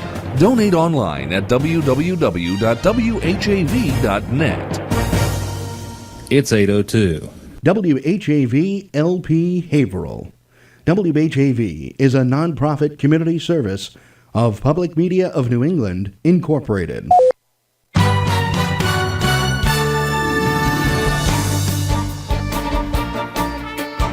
Here's what's happening in local news. While voters will choose between presidential candidates Tuesday during the Massachusetts primary election, a number of local names also appear as political party representatives. Republicans and Democrats will each select local committee members in each of the city's 7 wards and a state committee man. Longtime Democratic state committee man James J. Fiorentini does not appear on the ballot because of a technical problem and is seeking write-in votes. Democratic State Committee woman Louise C. Bevilacqua is also seeking re-election. Besides writing in a name in the space required for write-ins, voters must also circle the box next to the name. On the Republican side, Governor Charlie Baker last Thursday circulated an email endorsing Sean P. Toohey, Haverhill School Committee member, as the district's Republican State Committee man. Baker also endorsed Susan LaPlante and Representative James Lyons as State Committee man and woman, respectively, in Andover. While restoration of the library at the Albert B. Constantino School is underway, volunteers are asking the public to contribute beginning reader books. Members of the Haverhill Education Association is also asking its members to collect books in classrooms throughout the school district. The union is also seeking a grant to purchase new books. Quote, as many of you know, the Constantino School Library was destroyed by water damage over vacation. All of the books in the library were ruined as well. Please consider donating gently used books to replace them, the union asked. Of particular need are beginner reading chapter books for students in grades 1 through 5. However, book appropriate for grades 6 through 8 are also welcome. The public may donate books by calling Constantino School at 978-374-5775 to make arrangements. Money may also be donated at GoFundMe.com. Constantino School received significant water damage during a cold spell that took place at the beginning of February vacation week 2 weeks ago. There is more at WHAV.net. Haverhill High School will receive a $218,671 Workforce Skills Capital Grant aimed at helping prepare students for the workplace. State Representative Brian S. Dempsey, chairman of the House Committee on Ways and Means, announced the grant Friday. He also credited School Superintendent James F. Scully, Senator Kathleen O'Connor Ives of Newburyport, Representative Linda Dean Campbell, and Representative Diana DeZoglio, each of Methuen. Quote, "This grant will provide Haverhill students with expanded learning opportunities that will better prepare them for the future," said Dempsey. Quote, "It's critical that we continue to invest in our students here in Haverhill by providing them with tools for success." End quote. Haverhill High School will purchase a suite of career technical training equipment, including new computers, 3D printers, robotics kits, and medical training equipment in order to expand training in technology, computer programming, and web development. The grant will also provide new early college, science, technology, engineering, and math, or STEM, programs for at-risk students. More details are at WHAV.net. An alert witness helped Haverhill police track down and arrest a Tewksbury man who allegedly robbed a woman at knife point Saturday night at a River Street ATM. Police told WHAV a woman was making a withdrawal at 8 p.m. Saturday from a Bank of America ATM near 99 Restaurant, 786 River Street, when a man entered the freestanding unit with a knife and robbed her. Quote, "A witness was able to obtain a good view of a license plate number, and police were able to trace it back to a party in Tewksbury," said Captain Robert P. Pistone, police spokesman. He added Haverhill detectives, along with Tewksbury police, investigated in Tewksbury and conducted interviews, leading to the arrest of Nicholas Corrado, 32, of Tewksbury. The alleged getaway vehicle belonged to the suspect, according to Haverhill Deputy Police Chief Anthony L. Hawk. Corrado was taken into custody at 2:28 p.m. Sunday. In addition to armed robbery, he was charged with possession of a Class E drug. Corrado is due to be arraigned in Haverhill District Court. In other police news, a Haverhill woman arrested early Saturday on charges including shoplifting is due to appear in district court. Tina Brown, 37, of 25 Bateman Street, Haverhill, was arrested at 2:59 a.m. Saturday at CVS Pharmacy, 425 Lowell Avenue. In addition to a charge of shoplifting, she was taken into custody on an outstanding warrant for driving without a license. Remember, WHAV is the only Haverhill-based news source, and it's always free. In the Edwin V. Johnson newsroom, this is Dana Esmail. From Feature Story News in Washington, I'm Rebecca Foster. A UN aid convoy has reportedly reached a besieged town in Syria during a temporary ceasefire in the country. The UN says it hopes to reach over 150,000 people in dire need of food and medicine by the week's end. Meanwhile, Russia is raising concerns about Turkish military movements along the border with Syria as the fragile ceasefire remains. Moscow is warning that any armed intervention by Turkey would be an irreparable blow to the cessation of hostilities in Syria. FSN's Jack Perak reports from Moscow. At a press briefing in Moscow, the Russian Deputy Foreign Minister, Sergei Ryabkov, said, "Unfortunately, our Turkish colleagues still have not abandoned the idea of cross-border strikes." Russia has asked the US, with whom the Syrian ceasefire was agreed, to investigate such cross-border attacks into Syria over the weekend. Early accusations from officials in Syria's leading opposition group that the Syrian government is continuing attacks are threatening to derail the fragile ceasefire. Jack Parrock, Moscow. An American student who has been arrested in North Korea has publicly apologized for his alleged crime, trying to steal a political banner from his hotel. 21-year-old Otto Warmbier, who's an undergraduate at the University of Virginia, made the admission in front of media in Pyongyang. Here's our U.S. correspondent Lorna Shattuck. Otto Warmbier said he attempted to steal a political banner from the staff area of his hotel in Pyongyang on the 1st of January as what he called a trophy for a fellow church member in his hometown of Wyoming, Ohio. He added that the mother of a church friend had offered him a used car worth $10,000 if he was able to do so. He made the apology in front of media in Pyongyang, but it's not clear if that was done voluntarily. Foreign detainees in North Korea have previously recanted confessions, saying they were made under pressure. Warmbier was visiting the country with Young Pioneer Tours, an agency specialising in travel to North Korea. The US State Department warns Americans against travelling there, as foreigners are sometimes detained as a way of exerting pressure. Lorna Shattuck, New York. U.S. presidential hopefuls are gearing up for so-called Super Tuesday, the biggest day of voting so far in the election process. On Tuesday, 12 states will take part in voting that could propel candidates closer to a November runoff for the White House. Among the states voting are Massachusetts, Virginia, Georgia, Alabama, and Texas, where Republican contender Ted Cruz serves as state senator. For more on the day's top stories, you can follow us on Twitter at Feature Story, or you can check out our website, that's featurestorynews.com. From bureaus worldwide, this is FSN. Wave weather. I'm WHAV meteorologist Gary Best with wave weather. It'll become partly cloudy to clear during the night. Low temperature upper 20s to near 30. During the day on Tuesday, mostly sunny for a while, then increasing clouds late. High temperature low 40s.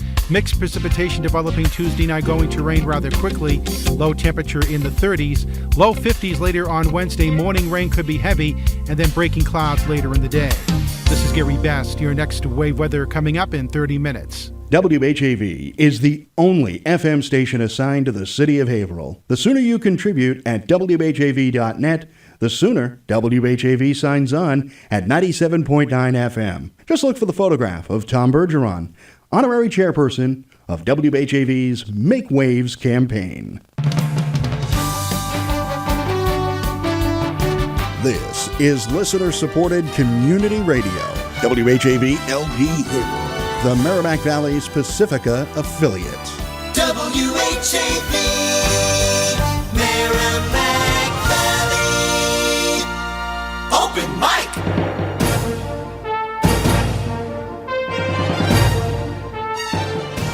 From the Edwin V. Johnson Newsroom, WHAV presents the Open Mic Show with Tim Coco. Make your voice heard. Call 978-374-1900. That's 978-374-1900. Or email tcoco at whav.net. And we're back on the Open Mic Show, this hour being brought to you by the Merrimack Valley Economic Development Council. Smart companies choose the Merrimack Valley. Just so you know, we did also, now we've tried text, phone calls, and I just emailed. You're on TV now. Okay, I guess we're not on TV, but we've tried everything to get on HCTV tonight. I'm not quite sure what the problem is. We may call one of their directors and put him on the air. But meanwhile, let's take a call. You are on the Open Mic Show. You're on Open Mic. How are you? Good. Just I don't want to take up too much of the time because you have a lot of good program coming up, I guess, in limited time. But, yeah, part of the reason the FM band was moved off of its original locale. Yes, Mr. Sarnoff did have a lot of influence in that, but because he was the major manufacturer of radio equipment in the United States at the time. That's right. And folks, by the way, this is Greg Caleri. I hope you don't mind me using your last name. I mentioned it. He's a radio expert. I'm sorry. I guess I didn't catch it. He's a radio expert. So go on, Greg. Because I knew this. We had a radio from my grandmother's house, a console that had both the old and the new FM band on it.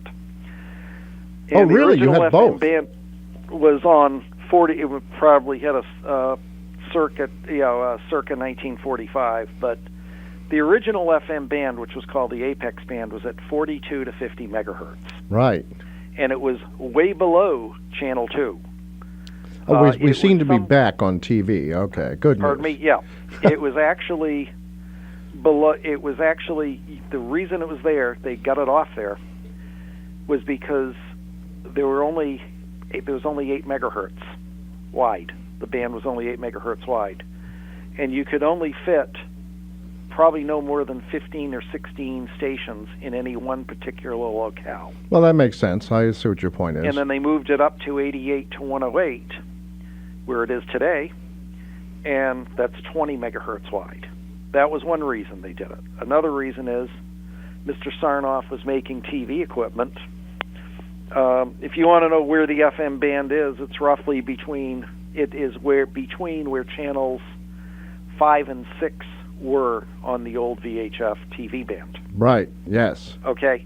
Now, one of the reasons they moved it out of 42 to 50 was because there's a concept, propagation, ionospheric propagation, that there are times when you don't see it too much anymore, but you turn on your TV and you'd see massive interference on like TV channels 2. Right. 3 is open in this area. There would be times where you turn it on, then all of a sudden you'll see a station on channel 3 from Florida or Mississippi on your screen up here in Massachusetts. That's right. Yeah, back before digital television. Yes. Yeah. That's ionospherics. Every time, and that's the same way amateur radio operators communicate with each other.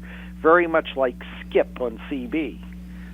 But it can go up. It can actually go up into the FM band. Actually, today's FM band, but it's rare. Well, that's very interesting. Thank you very much. But back 42 to 50 megahertz, that was subject to propagation, and if they use that as the FM band, there would be times of the year you would not be able to receive even local stations on that band because you'd get interference from all over. And correct me if I'm wrong, this is why Channel 1 went away. Yeah, well, that was later allocated to Channel 1.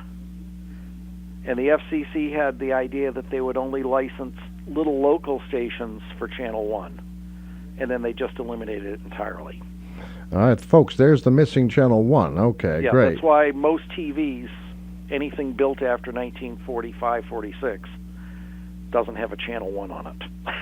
Oh, very good. Well, thank you for the You're history welcome. lesson. We really appreciate that. So that's why. But, yeah, if they didn't move it, FM would have been severely hampered. So, All right, well, thank you very much. We had some excerpts tonight, and maybe you heard some of them, and now that we're back on 22, we might actually repeat one of them because, Haverhill Gazette really cared about buying locally, and the best they could do was buy a Western Electric FM, even though it wasn't made here. Western Electric was here, and Major Armstrong praised that equipment. yep. His original towers still stand. And they actually came into use again during what? September 11th, 2001. That's right. Alpine, New Jersey. If you drive up the Palisades Parkway between Fort Lee, New Jersey, and you drive up to the Tappan Zee Bridge and go up the Palisades Parkway, you drive right by them, and they're still standing there on the cliffs. We needed a place to put those TV stations after the World Trade Center came down. Yep, that's where they put the on-air transmissions. So Armstrong helped us quite a bit. Yep. Well, thank you very much. You're welcome. Really interesting history lesson. I really appreciate that. You're welcome. All right, thank you. Okay, thank you. All right, Bye. take care. All right, Chris, if you close that phone line, let's. No, I didn't. My mic is still running here. You shut me off. You see, it's a conspiracy. First, HCTV cuts us off for an hour and 15 minutes, and then Chris cuts me off. I don't know what that's all about. All right. For those of you who are just rejoining us on Channel 22, we're going to try to squeeze in all that content in less than 10 minutes. So we'll probably skip the break. Instead, I will tell you that this hour of open mics being brought to you by the Merrimack Valley Economic Development Council. Smart companies choose the Merrimack Valley. We still get our sponsors in. All right. Telling folks that WHAV turns 69 years old on March 16th. They went on the air. I'm going to summarize real quick. Jack Russ, John Taylor Russ, his formal name, publisher of the Haverhill Gazette, wanted to start Haverhill with an FM radio station. But as you just heard from Greg Caleri, FM, the band was moved, and all of the radios that had been built to receive FM suddenly couldn't. But I found very interesting that Greg told us there were some radios that had both bands for a while, and that probably would have been very necessary in 1945-46. The new WHAV FM finally went on the air a year after the AM in 1948, and there was a booklet called Broadcasting's Better Mousetrap that had been just before World War 2 had been created to explain to people why FM was important. We're going to go now. In the time that we have, let's rerun this excerpt from WNYC FM. It signed on the air in September of 1948, just a few months after WHAV FM signed on. And let's hear the inventor of FM himself, Major Edwin Howard Armstrong. And we'll see some photographs of him, too. To get the engineering and to get the program technique and to put into operation what you have here today, a top flight radio station from a top flight manufacturer. Now, let me personally say to you how much I appreciate the work that Mr. Lack and the Western Electric Company have done for FM. He and I were overseas in World War I, and not until FM started did I come into contact with him again. He threw behind FM the full resources of Western Electric. And with that product which you now have, and with the technique which the staff of WNYC has developed, I want to tell you that next summer, in the middle of the static and the lightning storms, with Goldman Band on the air, the citizens of this city have a treat in store for them. And I can tell you that I will be one of the first to listen to it.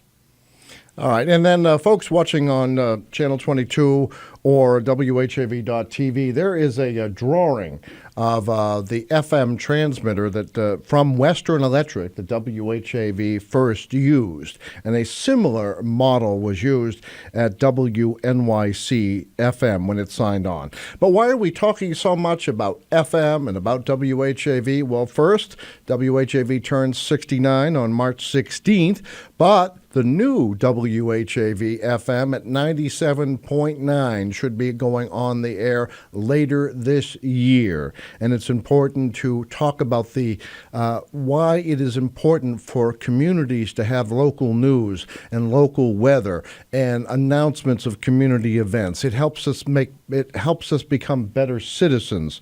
So let's learn more, though, another reason why radio is so important. And this from the chairman of the board and founder of the Columbia Broadcasting System, William Paley. Here's a recording he made in 1977, and it's still very much true. If you could put on a photo of William Paley for our TV viewers and play the recording from 1977. I've got Chris jumping around in there. Radio is a very important medium. I don't think most people realize the importance of it. From the standpoint of national security, it's absolutely essential. It's the only medium that can reach all the people at a moment's notice, no matter what calamity might befall the country. So it's a necessary medium. And at the same time, of course, it takes care of people who either don't like television or who are too busy to be sitting in front of a television set, who want to walk around and be entertained or informed. It's becoming more and more of an information medium. Oh, it's really divided almost in two. Either stations that put a great accent on music, practically nothing else for just a few minutes of news every once in a while, and stations that put a great accent on information and discussion. And we chose the latter course. It's a more expensive way of going about it, but it does provide a very important service. And I think it's a product that is indestructible from the standpoint of the kind of demand that there will always be for it. And that is William S. Paley from 1977, the founder and chairman of the Columbia Broadcasting System. You know it as CBS today. And you just heard him say how it's more expensive to do news and information, but vitally necessary. And that's what WHAV provides. Local news every half hour from 7 a.m. To 6 p.m. and during open mic shows, 7 and 8 as well. So it's important.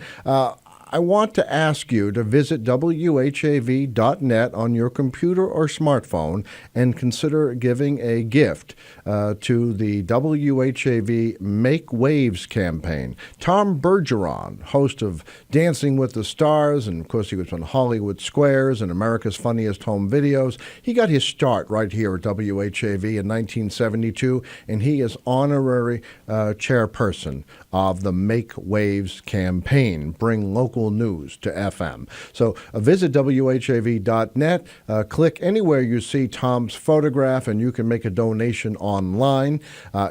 Tell you, the sooner we get the money, the faster that antenna is going to go up, and it's vitally important. The big corporations aren't here helping WHAV. It's sort of up to us, if you would. If you'd rather call in a credit card or get an address where to mail, just call right now. Chris will answer your call, 978-374-1900. Now, this would be the third incarnation of WHAV. You just heard about the first. WHAV-FM went on the air in 1948, about a year after the AM station. And then it closed. By 1953, it was off the air. No one was listening. They tried putting FM on buses so that people on public buses would hear the station, but there was a big uproar about being a captive audience. And although the U.S. Supreme Court itself ruled it was legal to do so, the damage was done, and WHAV-FM went off the air. But 1959, people were ready for FM again, and Chris will play you a recording from 1959 when WHAV-FM resumed, the second incarnation. When Chris is ready. Bob Clinkscale is the announcer. You may have known him as Bob Douglas at the time. This is WHAV-FM in Haverhill, Massachusetts. This is a test for the quality of our new FM transmitter. We would appreciate a card from you telling where you live, the strength of the signal you hear, the quality of the broadcast, and the time of the day you heard us. And Bob Clinkscale, you may remember him later from WCVB TV Channel 5. He was known as Bob Douglas back then. So that was the second incarnation of WHAV-FM. It went away in the early 1980s, became WLYT, and then relicensed to Andover, Massachusetts, became The River, WXRV. But there's, it's a very powerful station, and it didn't make sense for the owners to do very local Haverhill things. But that's the advantage of the third incarnation of WHAV-FM, and that's coming later this year. So your support is really appreciated. All right, I guess our time has run out now on Channel 22. My clock says it's only 8:27, but I imagine if they can't keep a TV station on the air, they probably can't keep their watches running either. So, but anyway, I'm sorry if I get a little mean at times, but I've just never seen such irresponsible and reprehensible behavior by an outfit that's paid for by the taxpayers. All right, we're going to just take their cue then, and we're going to sign off now. And then I urge you to return with us next week, 6:30 Monday night, for more of the Open Mic Show. For election results and so on, listen tomorrow to WHAV.net. Thank you very much. Open Mic!